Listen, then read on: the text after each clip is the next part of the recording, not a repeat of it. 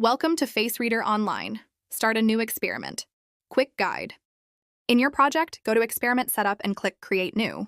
Enter a title for your experiment, enable Include Gaze Tracking, and click OK.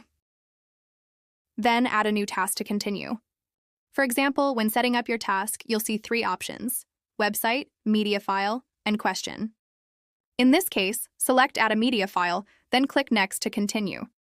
Give your task a clear and descriptive name so it's easy to identify later, and write a short introduction to explain what participants will see or do during this task. Click Next.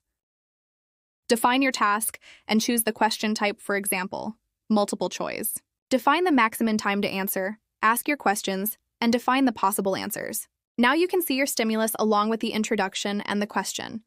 You can keep adding more questions as needed.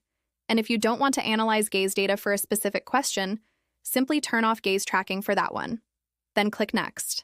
Thanks for watching.